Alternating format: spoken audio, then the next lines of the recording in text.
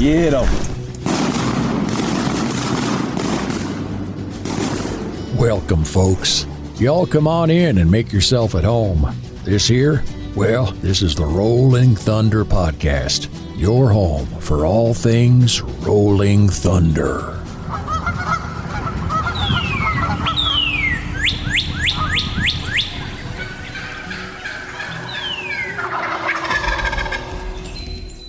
This episode is brought to you by Mossy Oak, because everything is better in Bottomland.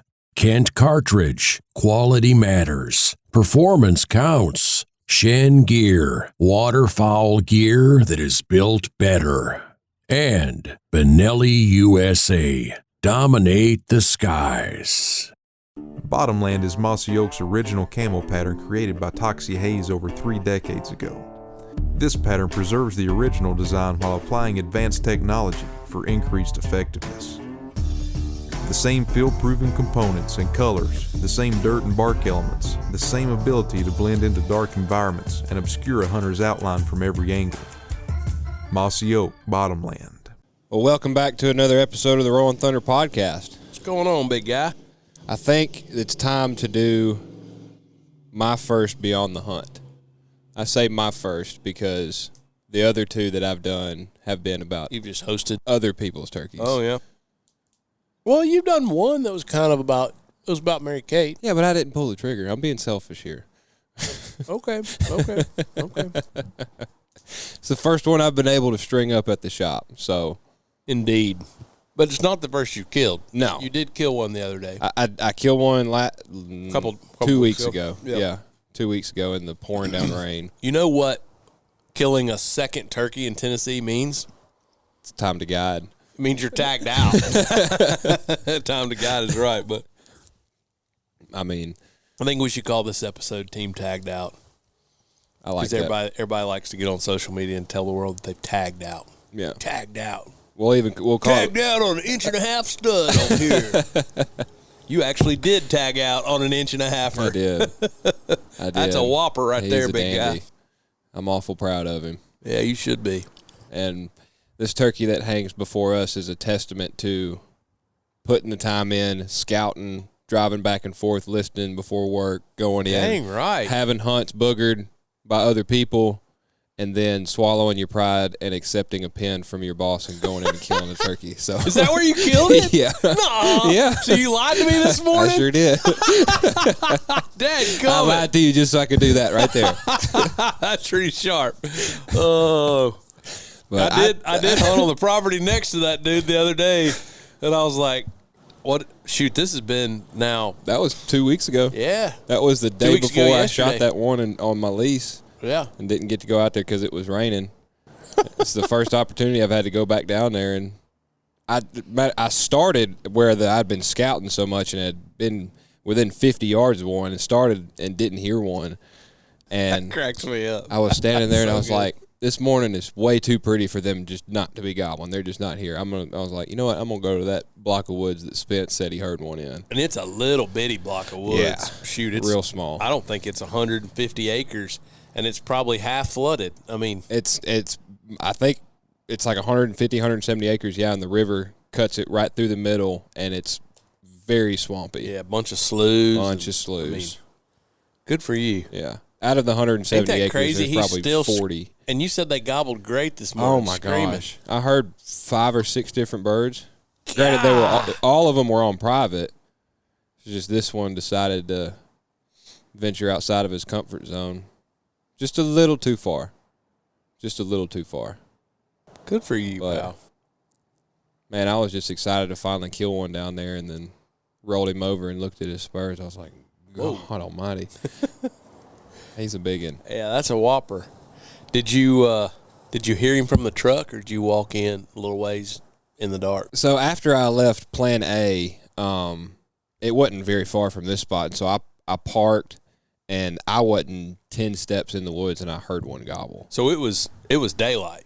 Yeah, it was. I got over there at about 6:30. Okay. Which is this morning 30, it was 20 40. minutes after sunrise. okay. So it had been daylight that's for what I mean. almost So an hour. Yeah, it'd been gobble time for an hour. Yeah. Yeah. Yeah. I walked in at 5:15 this morning and did not hear a gobble, so I can't tell you what time was. But I would have called gobble time about 5:25. Yeah, 5. It was plenty between there and daylight 5:45. Yeah, it was plenty daylight. But I ditched Plan A and ran over here, parked the car. I was actually, no, I hadn't even hit the tree line. I hadn't even hit the woods yet from where I parked, and I heard one gobble, but it was across the highway.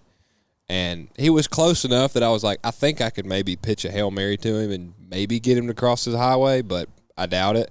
And then another one gobbled over there, and another one, and another one. And they were all on the opposite side of the highway from where I was. And, hell, I was standing 5 feet off the tree line calling, just like trying to get them to move this way, and they didn't move. And while I'm calling to them, and they're all gobbling, losing their minds, this one gobbled back behind me towards on the little where block. I could hunt him. Best I could tell where he gobbled initially, he was on private. God. And so You could have killed this turkey 2 weeks ago, dog. I sure could have. I should be ashamed of myself for not going back the next morning. I was just fixing to say, you could have just as easily gone in there and killed him as I did. Although the next morning, I went and killed one with Mike Atkinson. Right. And then went the next morning and killed one, and the next morning killed. Yeah, I think I you got were on fine. a heater there, but I was kind of. I mean, as much as I heard him gobble, I was like, I cannot believe. I mean, I did think about it a couple times. I didn't feel like driving down there. Yeah. Well, good for you. Yeah. I'm really proud of you. So you slid in there. He gobbled behind you. Slid in there. I started walking back towards him, and he was in the field. And it was just gobbling at everything. And from when I left the tree line to when I started, you couldn't see him when you drove up. No. So he must have been kind of like around that corner. He was behind that point. He was on the other side of that point. Yeah. So I went walking back there, and I got about even with that point, and he gobbled at about 100 yards. Ooh. And I was on the public the whole time, and there's like a 60-yard buffer between the border and the field, and I was probably 30 yards off of that. I was trying to give myself about gun range-ish from the property line just so I didn't have to outlaw him. But and so I just going back there, and I get about even with him or close to even with him, and I yelped, and he gobbled, and when I went to go sit, I mean, at this point, he's 100 yards maybe, and when I went to go sit down, I could see him in the field.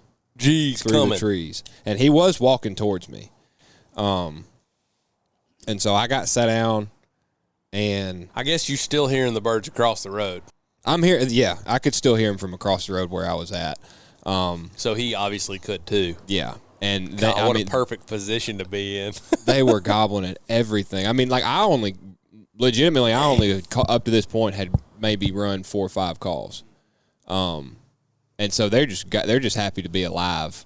And when I see him in the field, he's kind of walking towards me. So I sit down and hoping he comes into the woods, but he stays on that tree line and gobbled for probably 15 or 20 minutes. And couldn't get him to break the tree line. You know, aggressive, clucks, scratching in the leaves, nothing. He wouldn't budge. Well, about 7:20, I'd say. I'm checking my watch because I'm like, I didn't tell Spence I was hunting. I got to be at the shop by 8:15, and so I was like, I got to leave here in a minute. Eight. But then a little voice in the back of my head said, "A wise man once said, you can show up late for work as long as you have a dead turkey or a damn good story." And luckily, I've got both. So That's right. I was like, I think I might be able to push it a little bit, but if he wasn't going to leave the field, I was just going to, leave him and try him again another time. But about 7:15, 7:20, some truck pulling some heavy equipment went down the road, and it was banging so loud. And when it did, he shut up. I mean, it was loud enough that I think it's obviously it spooked him, and didn't gobble at crows. You thought it was over. I thought it was. I was literally about to wrap it up, and I thought he wouldn't gobble at crows. He wouldn't gobble at me. Nothing. And so I was like, this is game over. And so I let it settle for probably about 10 minutes, and I yelped again, and he gobbled at about 75 yards straight off my right shoulder. He'd come in the swamp. In the green light. He was down where I was, and So I adjusted and got facing towards him, and I was just clucking, and I went to go scratching the leaves. Well, I was leaned up against a cypress tree, and they don't have leaves, so there wasn't much of nothing to scratch on. You got mud on your fingernails? Yeah, I do. And so I rounded up enough stuff to make it at least sound like scratching. And he was at about 75 yards, and I would just cluck and yelp real soft, scratching the leaves, and every now and then I'd get kind of loud, and when he'd gobble, he was just inching closer and closer. Mm-hmm. And so I shut up probably about 5 or 10 minutes, I guess, and then I cut and yelped, and he gobbled at about 50. And I was like, okay. And the grass is probably about or the brush was about right at my knee. Mm-hmm. And so it was just tall enough to cover up his beard. And he gobbled at about 50. I couldn't see him. It's pretty thick in there.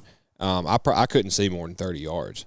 And he gobbled about 50, clucked, scratching the leaves a little bit more, and he gobbled again at about 25. He closed some distance down in my face. He had pinpointed me and screamed in my face, and he was coming from a way that I wasn't expecting him to, and so I shimmied over a little bit, and he came walking by, and it was the weirdest thing.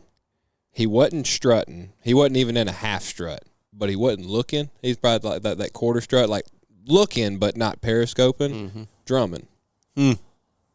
I've like never with his tail down, drumming. Yeah, kinda. Yeah, and I've never heard that before, and it kind of threw me off because I was like, it's not a Jake, is it? Oh, public land bird covering ground is what he was doing. Yeah, being careful.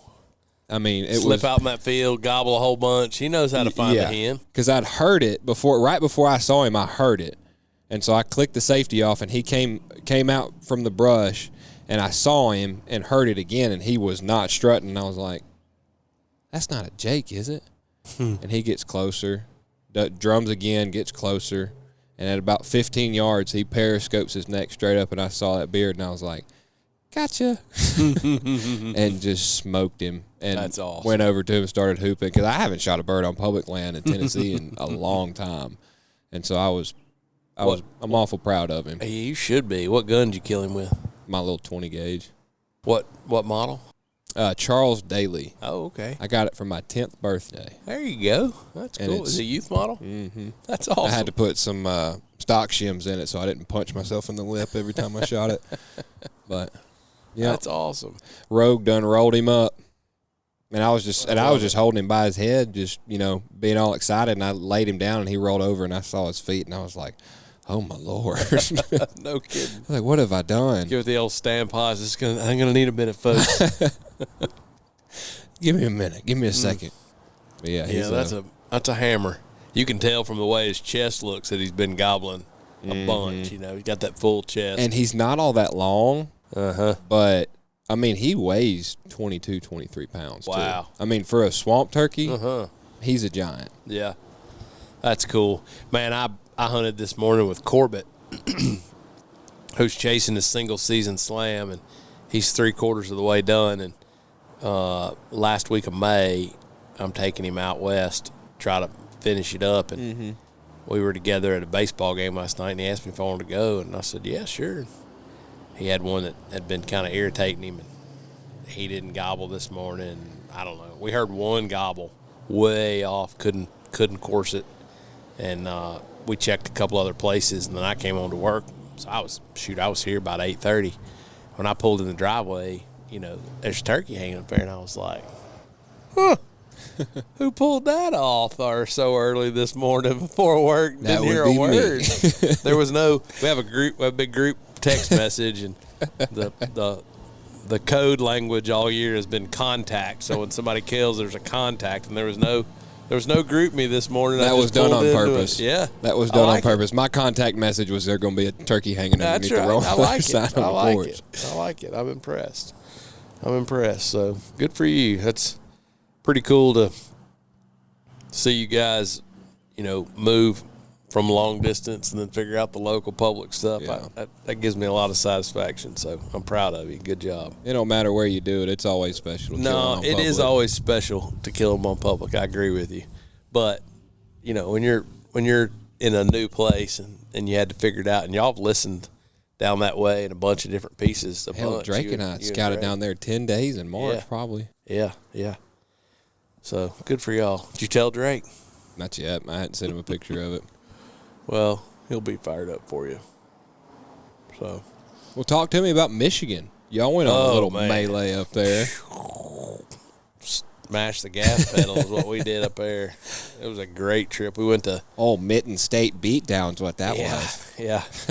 In between all the ganders, there were a bunch of geese up there, man. Jeez. Man, it was fantastic. We got a buddy up there named Dan that Keelan's been hunting with for a while. And to be honest, I don't know how we met Dan, but I have not been able to go up there. I've been supposed to go the last, 2, 3, 4 years, and something has come up every year. Last year I had to go to a funeral, and the year before that I had to ended up having to go to a meeting out of town, and just kind of one thing after another just got in the way. And normally when I'm going to go out of town, I plan way ahead, and I let Lindy know. She keeps a very detailed family calendar. Mm-hmm. Well, I did not. I know someone like that. Yeah, it'll behoove you to continue to plan ahead. Let me just tell you. But I had not. I really wasn't planning on going to Michigan this year because Tennessee opens the 15th. I figured, give me the 15th weekend, the 22nd, 29th. 3 weekends, was probably all my kids were going to get to hunt in Tennessee. And, right. With church on Sunday, like, we pretty much just hunt on Saturdays. And anyways, Tripp and Weston got to talking about it when we were together. Where'd we go together? Florida? Well, South Carolina. Yeah, we did Florida together, but they were talking about we went to the Invitational. Right. So Tripp came home and told Lindy we were going to Michigan the weekend of the 29th. Lindy actually had something planned for her and I don't know exactly what it was. He didn't get you in trouble, did he? I thought it was. But come to find out, there was nothing on the old family calendar for the weekend of the 29th and the 30th, and so old Tripp just slid Dad a freebie. And I said, well, I wasn't planning on going, but, I mean, if we don't have anything going. I guess. So we tore out of school, a 2-day hunt turned into a 4-day trip, 4.5-day trip. We tore out Wednesday evening and got to a buddy's place in Indiana, and Indiana opened on Wednesday, the last Wednesday, 26th, I think. And so Buddy Ian killed one up there that morning. He was like, man, y'all ought to make a pit stop on your way up to Michigan. I was like, you know what, we will. So we did. Got in late, got up early, birds gobbling everywhere. We were in the middle of birds and had one get pretty close. He hung up about 70 yards out and just kind of, I don't know, didn't really like the decoy and just kind of was one of those days I just couldn't make a right move, and ended up getting on another bird middle of the day. We still had about a 4.5-hour ride to Michigan. We pushed it right up until the end, and at about 12:30, one gobbled at me, and so Girk and I got close, and he kept gobbling. I mean, he was breathing fire at everything I threw at him. And we made one more move. We were kind of in a big thicket, and he was in some real pretty open hardwoods. And we made one last move trying to push it a little too hard and probably bumped him. He got quiet. So it was just kind of one of them days where it was like everything we did was a screw up. Yeah. And I told Tripp, went to bed, I was like, well, let's roll on up to Michigan, and we'll do better tomorrow. So we did. We tore out, and we got to Michigan maybe 30, 40 minutes before fly up. Keelan dropped me one pin. He had already been up there. He got up there earlier that day on Thursday. Dropped me this one pin, and we pulled in, and nothing. It was kind of a big field, and there was a cove in the back, and everything up there is kind of small properties. Like 40 to 80 acre kind of stuff, not like 3,000 acre. Yeah, like we're fields. used to down here. Correct. Which means there's a lot of landowners. It also means the turkeys move across a lot of property. But anyways, we pull in, and I told Girk, I was like, man, let's kind of drive to the back.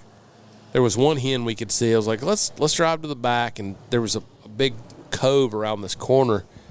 I was just kind of hoping maybe there'd be something out there that we hadn't seen, and we start pulling in, and Girk goes, whoa, whoa, whoa, whoa, whoa. And I stopped, and the sun was right in our face, so it was hard to see. And he goes, there's a whole pile of turkeys. Man, I put my binoculars up, and it was like 4 strutters, 5 or 6 jakes, a whole pile of hens. I mean, it was like 30 turkeys in the field is what it looked like. Wow. Deer everywhere. And I was like, this can't be real. It's like a the Terry cover of a Redland, magazine. Yeah, it's like a Terry Redland print painting or something.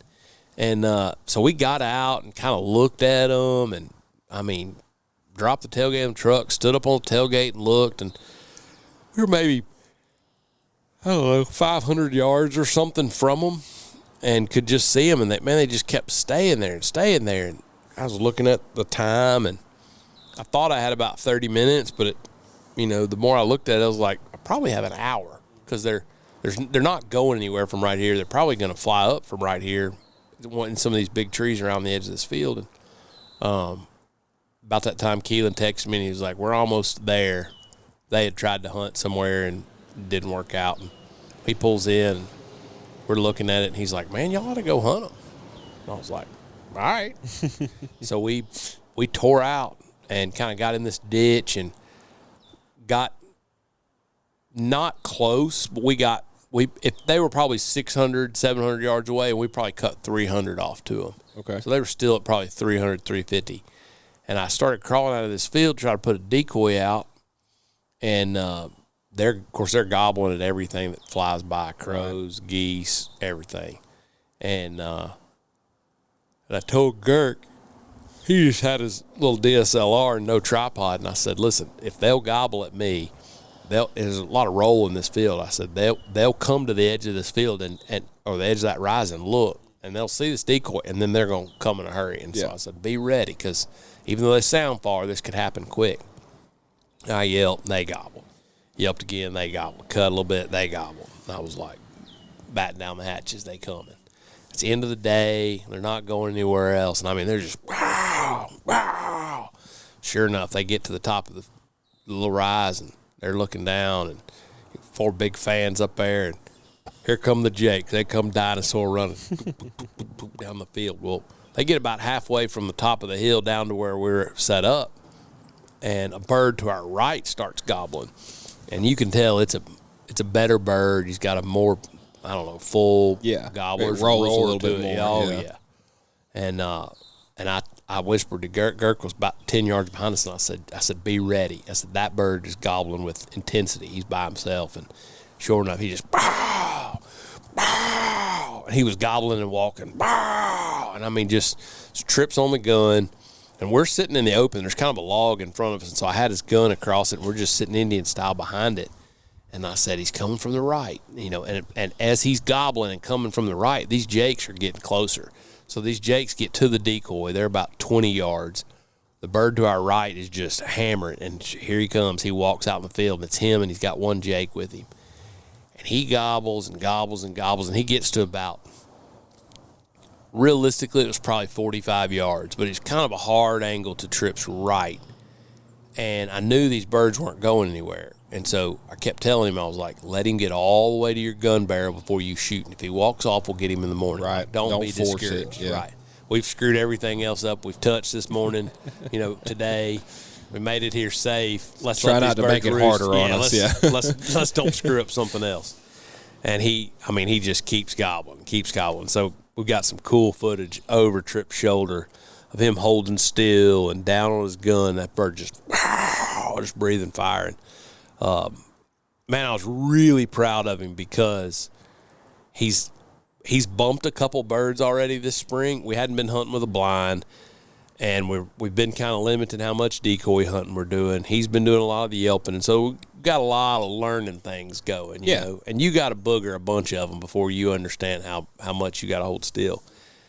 But he stayed on the gun, was down and still, and didn't spook anything. And I told him, I said, that was really good. Like, we figured out what all's here. We had a great turkey interaction, did not booger anything. You'll get one of them in the morning. So we get in there in the dark, and we watch them fly up from the truck. We slide back. They, after all that goes down, they filter on back up. We watch them. We walk to the truck. We watch them fly up. Can see them sitting on the limb. Count every one of them. This is a slam dunk.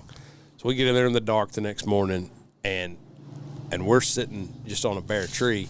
Well, what I had seen the night before was a cedar tree that I was expecting to cut some limbs and build a little blind, and there was nothing. I get in there, and I can see the turkeys. I've got them skylined in the tree, and 30 minutes before they should gobble, one of them gobbles, and I'm like, oh my gosh, here we go.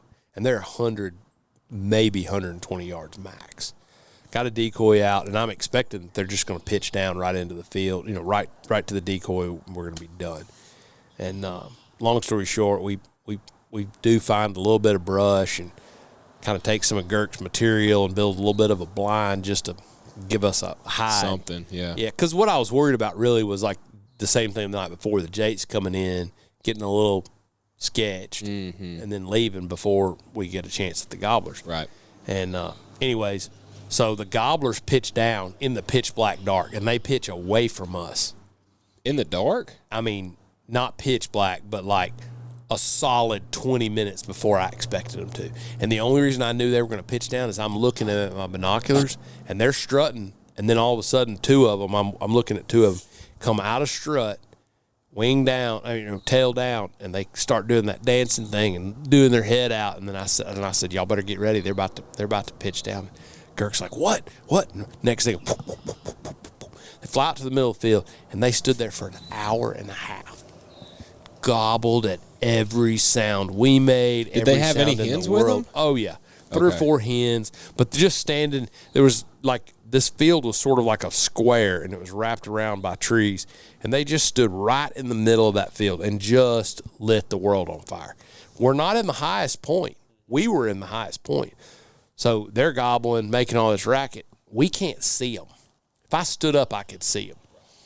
So Tripp's soaking wet because we walked through knee-high grass, and he's freezing cold. And I'm like, man, trust me, pal, just hang in there.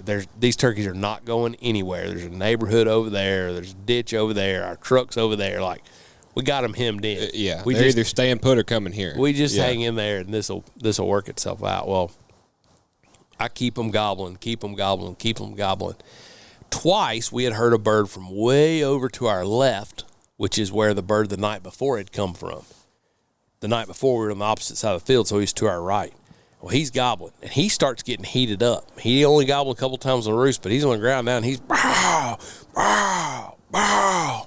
And I said, you know what? We're going to call that bird in from the left, and we're going to shoot him. That's the one from last night. Tripp was like, let's do it. So we start calling at him. He gets fired up. Bow, bow. Here he comes. And I see him, and he's about 200 yards. He steps out of the woods, same spot he stepped out the night before, and he works his way around the edge of the woods all the way to us, and he gets to about 50 yards. And so he's hard to Tripp's left now. And I've got 2 big trees to my left, and I can see him in between the trees. So I could raise up and kill him. He's a little far, further than I'd like to shoot. Yeah. But he's killable range. Right. You know? And I'm expecting him to just move on up, come to the decoy, just like last night, just flip-flopped. And I keep telling Tripp, I'm like, just let him come. Take your time. You're fine. Yeah. Well, he takes 2 more steps and then goes behind these big trees that are to my left, and the next turkey that comes out I see is a Jake. And I'm like, don't shoot, Jake. It's a Jake. Just hang in there. He walks right up to the decoy, stands there, no more gobbling, no more nothing. He disappears. I'm like, gosh. So now we went from a gobbler at 50 yards to a Jake standing right in front of the decoy, just, doing that statue stare at each other, like eye to eye. And I let that go on for, it felt like an eternity, but it's probably like 26 seconds. I let it go on for a while, and I realized we're out of the ball game with this gobbler who got so close, and our whole group is still over the hill, but now we got a Jake. So I just poured it to him. I started, and they started gobbling, gobbling at each other, and the three that had been together. Well, next thing I know, here they come over the top of the hill. They got fired up, and I guess because that Jake was there and they could see it better or whatever, next thing you know, here they come. 3 big strutters coming over the top of the hill. 5 Jakes, 4 hens, 3 strutters, and the Jake and the decoy. God, you caught up all Michigan's turkey population. And Tripp's got his gun up, and he's shaking, buddy. And they're just, they get to the top of the hill where they can see the decoy, and down to us, and they just, all 3 of them in unison. And Tripp goes, "Oh my gosh!" Like, safety off, pal. Man, it took a few minutes, and Jake's come barreling in, and the strutters kind of stayed back a little bit, and then the Jake started walking off, and I realized it was done. And they were at about 35 yards, so I kind of poured it to them again, just hoping I could get 5 more yards. Yeah, good clean shot. And man, sure enough, one of them got into it with the Jake, and they came a little closer and had them at about 30 yards. The problem was at this point, there's a hen or in front or behind them everywhere. And so the video is pretty cool because when they first walk up, I've got Tripp on the left bird. And then I say, shoot the one on the right, and then shoot the one in the middle, and then shoot the one on the left, and then back to the right. And then right there at the end, they kind of fanned out. And I said, okay, shoot the strutter on the left. And he swings his gun back to the left. And so if you watch the video, like in fast forward, his gun zigzags back and forth, back and forth. And, you know, it was really cool just because given kind of how we've taken the training wheels off this year, it was pretty cool to watch it unfold, watch him not take a bad shot the night before, watch him stay on the gun, stay down, gut through the cold and wet, you know, and then finally get one. He made a heck of a shot. It was about a 36, 37-yard shot, and with a group of turkeys, and he picked the only clear one and killed it and didn't cripple anything else. And so it was awesome, and it was a whopper. I mean, those birds up there, 3 of them weighed just over 24 pounds. Wow. And, I mean, just biggins. Volkswagens. Yeah. Goodness me. Then that afternoon, I got one, and it was kind of a sneak deal. I was moving in on some birds, and Girk was with me, and 2 cut us off from the left and just slipped in. And all of a sudden, I looked up, and there's 2 at 20 yards. I was trying to get in position on this other group, and killed one of them, and Keelan killed one, and Weston killed one, and so it was a dandy weekend. Sound like a pretty good 4 or 5 day stretch, 3 day stretch. Yeah, I tell you what it made me think about. Now I'm going to show some cards and be transparent here for just a second. But there's something to that 1 bird limit, pal. I agree. I think you and I talked about that a little bit yesterday. Yep. Because we were talking about it yesterday, and I said, "Do you think that has something to do with the 1 bird limit?" And I do think it does. I mean, it. Would I have liked to kill a second one? Yeah. Would it have been cooler for Tripp to kill a second one? Yes. You know. Maybe the coolest thing in the world is let an adult shoot 1 and then give a kid 2 tags. Yeah. You know? Yeah. But what's cooler than shooting 2 in one weekend is shooting 1 year than being able to go back and do the same thing the next year. Yeah. I mean, their turkey population is so strong, and there really weren't just a ton of turkey hunters running around. And, I mean, I think it's because guys who are going to travel pick the states that they can shoot 3 or 4 in. I mean, I do. You know? Yeah, I do the same thing. I didn't go to Kansas last year, and I'm not going this year. And quite frankly, part of the reason is because it's predominantly a 1 bird state now. I mean, that's a long way to go and a lot of money for a non-resident license for 1 turkey. Yeah, exactly. Yep. I mean, you're spending probably by the time you spend, you know, fuel, day off work, and you know, a tag. I mean, shoot, you're pushing $1,000. Oh yeah, without much trouble. Absolutely. Whereas in years past, or like last year before last, you know, you drive a little bit further, go to Nebraska. Yeah. You go places where you can stand on them. And, you know, it changed it for us because we both killed. Keelan and Weston had not killed at that point. And so we started driving, looking for birds for them, and we sat and watched them. You know, it's a lot of open terrain up there. And so you'd find a bird, and then you kind of try to get in position to call them to you. Well, it made it fun to be a bystander, right. or a spectator, if you will, because if we'd find something, we'd call them, and they'd drive over, and then you'd sit and watch them get in position, watch them yelp at it, watch the way the birds reacted. And so it was different because we weren't just piling them up, right. but it made it more fun for each bird, for each person. And I don't know. I hope Tennessee doesn't do that, but if they did, I totally would understand. I'd be I agree. I think it maybe not a statewide limit of one bird, but if they made public land, you can only shoot one bird, I would be more than okay with that. Yeah. Yeah. But that's coming from somebody with a decent amount of private land access. Yeah. You know, maybe I'm spoiled or whatever, but I mean, I don't know. Yeah. Michigan's been a one-bird state for a long time. I killed a bird up there in 15, I think, so 7 or 8 years ago, and I killed it Memorial Day weekend at the very end of the month. Yeah. They weren't gobbling a whole lot, but I actually killed 2. I killed 1, and my buddy killed 1. So they've had a lot of birds for a long time. Mm-hmm. And I think there's something to that one bird. Yeah. I really do. There's something about having a state having a bunch of birds, but there's also something more to the longevity of that state having a bunch of birds. Yeah, that's kind of what I'm getting at is, Because a lot of people don't know or don't realize Arkansas used to be the place to be, in terms of a turkey pop. Maybe not the place to be, but they used to have a more than healthy turkey population. Now you got to work for one, which I think Arkansas is on its way back because I've seen a lot of people that have killed turkeys in Arkansas. I hope so.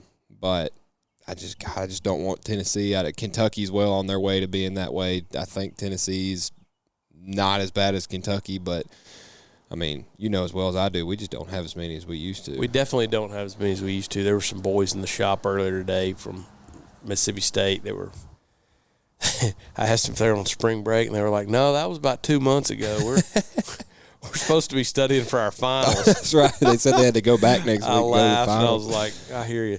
But they'd come up, and they were asking, they were like, man, do you see these birds standing in fields? And we've ridden around, hadn't seen much. And I was like, yeah, these are definitely field turkeys that we hunt around here. They like to stand out in the open.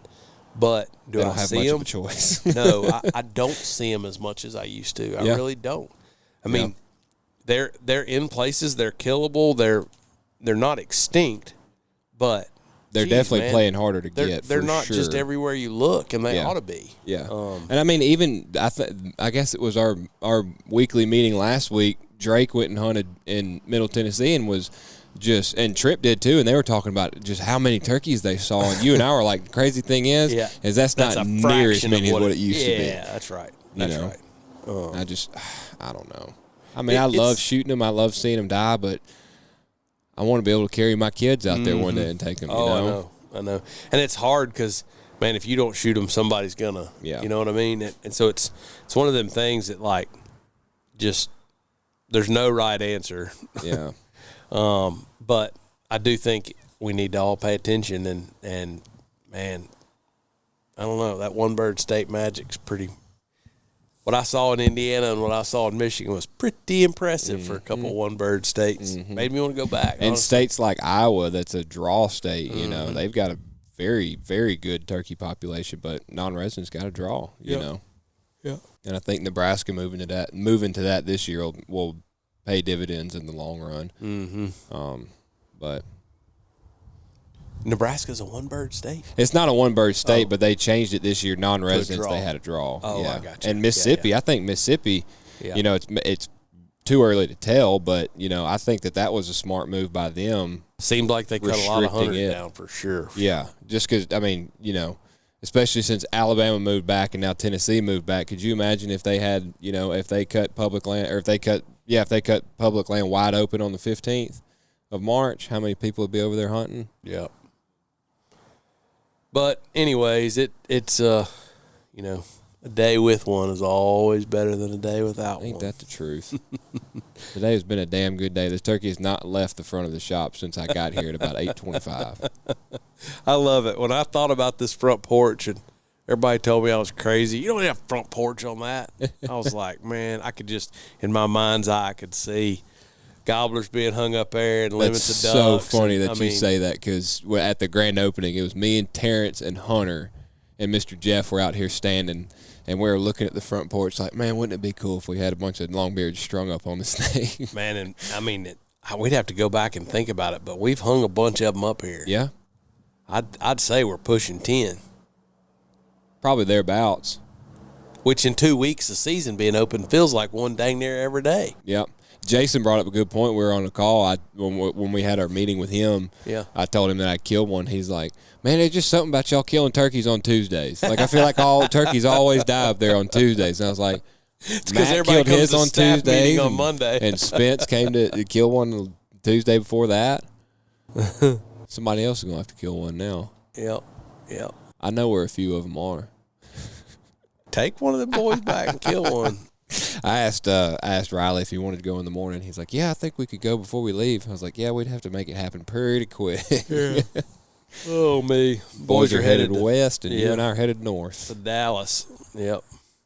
I do have a little secret up my sleeve for when we go to Springfield, so if you'd be real nice and drive me up there tomorrow, I might know where one's gobbling Thursday morning on the way back. I'll leave my stuff in the car. So anyways. We'll go get some tacos? I think Miss Lindy has made vegetables, and we've got a meal at the house. So I would love to join y'all for Taco Tuesday, but I think it's better if I go home. Stick to that stoke the regulated schedule. Well, this is the first sit down meal we've had in a minute between baseball, and Katie's had a bunch of stuff at the school. She's in the performing arts program, and it's kind of been one thing after another. So I'm looking forward to eating a meal at the house with the family. That's good. Yep. You'll be pleased to know that this past weekend when I was back in Nashville with Mary Kate, and we were sitting there on, I guess it was Friday, and I was talking to my dad on the phone. He was talking about, going hunting and all that kind of stuff, and she just was working, and she just looked up from her computer and goes, I need to go again. And I was like, oh, need to? I was like, okay. She claims that it's because she wants to use turkey feathers at the wedding as decoration, but I think it's because she wants to shoot a turkey. Okay. Well, I know where a few feathers might be. I mean, if she needs some feathers, what kind of feathers does she want?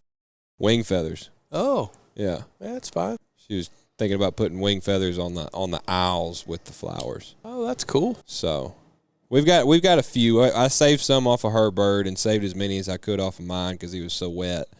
But if this one's gonna make a, I guess what I meant was I know where a few taxidermist. I know where a few are gonna die between now and your wedding.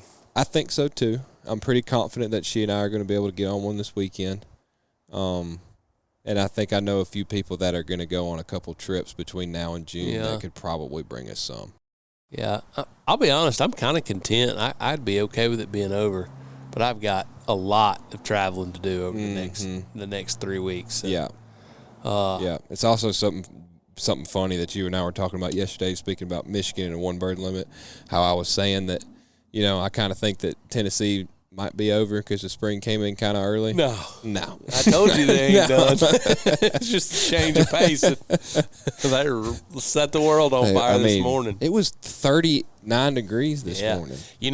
It's in a lot of ways, it's been an early spring, but it's been a lot of cool days. Mm-hmm. And I was talking to a buddy about that. And, the longer we have those cool evenings and the cool mornings, the longer they'll keep doing it. Yeah.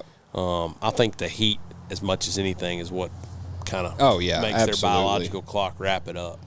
But, man, we've had a lot of days where it stays in the 50s until 11 o'clock. I mean, it hadn't gotten above 70 degrees since last Thursday. Yeah. Also, can we take a second and appreciate Russ for putting his truck in neutral instead of starting his clapped out Chevy right here by the microphones? He just rolled out of his parking spot so that it wouldn't be as loud. This, in a lot of ways, there it is. As if that 18 feet right there made any difference. Right. In a lot of ways, this place is like an outdoor version of the office, Yeah. Oh, yeah. I mean, We've got one guy that's only got one eye, and we got one guy that doesn't have any legs. And he wore his short legs today, parked in the handicap spot. He stood up out of his chair this morning, and I was expecting to look up at him being 6'5", and I was eye level with him. I was like, wait a minute. Aaron saw him this morning and was like, I can't with you today. I was like, I can't take you serious. And he walked past me twice, and I was like, dude, I'm not going to get used to you. Got to go back to your regular legs, man. I can't get used to that. Oh. That was funny. But good times at the shop. So, all right. Well, not too many dull moments here. No, not too many. Well, reckon we ought to wrap this one up. We appreciate y'all stopping by and listening in to another episode. It's been a good one. This has been a good one. It's been another episode of the Rolling Thunder Podcast. Congratulations, old boy. Thank you, sir. Time to start guiding. That's right. Hashtag team tagged out. That's right. Catch you on the next one. Hey, y'all, this is Spence and Frawley, and just wanted to say thank you for listening to another episode of our podcast. We really, really enjoy producing this podcast and would be really grateful if wherever you get your podcasts, if you would subscribe to the Rolling Thunder Podcast and give us a 5-star rating. Somehow, apparently, out there in internet la media land, that helps our podcast to be found by other people like you. So we just want you to know we appreciate you listening, and we'd like to ask you to subscribe and give us a 5-star review and keep on listening. And unfortunately, recording podcasts don't pay the bills, so we just do this for fun and for y'all, and we want it to grow as bad as y'all want it to grow. So we could really use your help in doing that. Share it with a friend. Yes, right. We appreciate y'all stopping by again. Thanks for listening.